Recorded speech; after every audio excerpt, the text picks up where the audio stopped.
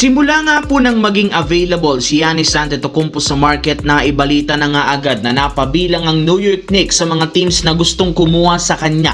Nagkaroon na rin naman sila ng sunod-sunod na talo nitong nagdaang linggo, kaya sumagi sa isip ng front office na gamitin si Giannis para mapalakas ang kanilang lineup. Kinonsidera pa nga nila ang pag-offer sa Milwaukee ng package na pinangunahan ni Karl Anthony Towns, pero matapos makabawi ang panalo ng Knicks at magkaroon ng winning streak, agad nga pong umatras ang kanilang team kay Giannis Antetokounmpo. Ayon sa kinumpirma ni Brian Windhorst ng ESPN, hindi na nga daw makikipagagawan pa ang Knicks sa trade ni Antetokounmpo dahil makakasira lamang nga daw ito sa momentum at chemistry ng kanilang nabuong lineup. Hindi rin naman nila afford na magsagawa ng isang 3-team o 4-team trade. Ayaw rin naman nilang gamitin dito ang kanilang mga key player, kaya wala silang bang choice kundi maghanap ng mas minor na trade na pwede nilang makuha ngayong linggo. Samantala, sinabi na nga ng Dallas Mavericks na nagkaroon sila ng pag-uusap ng kanilang superstar na si Kyrie Irving kung saan posible na hindi na nila siya paglaruin ngayong season at bumalik na lamang ito sa lineup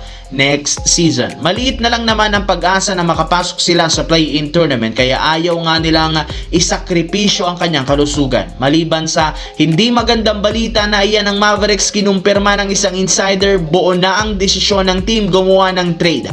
Ayon dito, 3 player ang inaasahang tatanggalin o iti-trade ng Mavericks. Ito sina Klay Thompson, D'Angelo Russell at maging si Daniel Gafford. Gagamitin na lang naman nila ang mga ito para makakuha ng draft pick para paghandaan ang kanilang planong pag-rebuild ng lineup sa susunod na taon kapag pumalpak ang tandem ni na Anthony Davis at Kyrie Irving. Lahat wala masyadong naiambag na malaki sa nakalipas na laro ng Mavericks, kaya minabuti ng team gamitin na lang ang 3 para sa ikabubuti ng future ng kanilang prangkisa. Sa kabilang banda, obvious kung hindi gagawa ang Los Angeles Lakers ng pagbabago sa lineup next season, posibleng maging first round exit na naman sila sa playoffs. Kita na sobra silang nahihirapang talunin ng mga contenders sa East at West, kaya 101% gagawa si Rob Pelinka ng trade. Ayon sa isang insider, 4 na player ang tatanggalin ngayon para makakuha ng bagong kapalit. Sina Gabe Vincent, Rui Hachimura, Dalton Keunig at si Maxi Kleber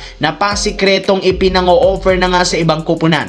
And speaking of bagong players, simula nang mabigo ang Lakers na makuha si Keon Ellis at DeAndre Hunter, gumawa agad sila ng plan B kung saan isang bagong wingman ang kasalukuyan nilang binabantayan ngayon. Ito si Saddiq Bey, isang 6'8" forward ng New Orleans Pelicans. Bukod sa malaking katawan, napaka-versatile rin naman ito sa depensa, bagay na hinahanap ngayon ng Lakers sa mga kukunin nilang manlalaro dahil kayang-kaya nga nitong maglaro kasama ang mga superstar na sina LeBron at Luka Doncic.